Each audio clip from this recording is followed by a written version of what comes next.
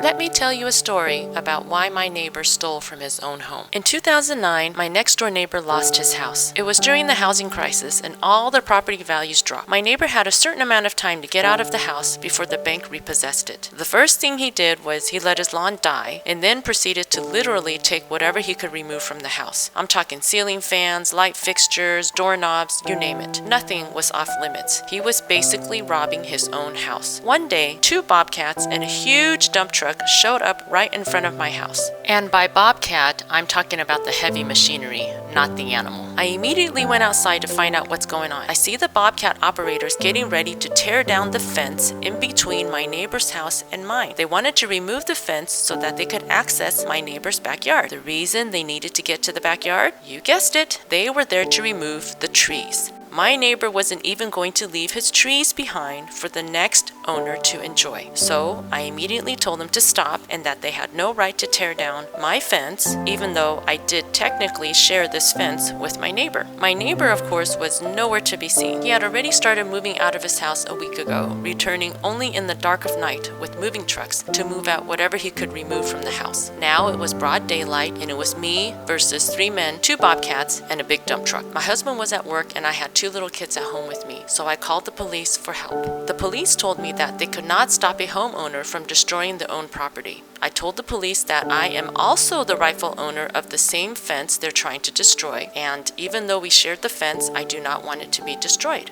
The police agreed with me, but stated again that there is nothing they could do about the situation. Long story short, the bobcat operators eventually agreed to go into my neighbor's yard through the other side, which is another access point that didn't require tearing down anybody's fence at all. For the next 6 hours, I watched the bobcat operators dig up every single tree in my neighbor's backyard and front yard and load them into the dump truck. I watched a once beautiful yard get completely destroyed, and the only thing left was giant holes, piles of dirt, and broken landscape lights. A yard that once hosted beautiful backyard get-togethers was no more. So, what do you guys think about my neighbor?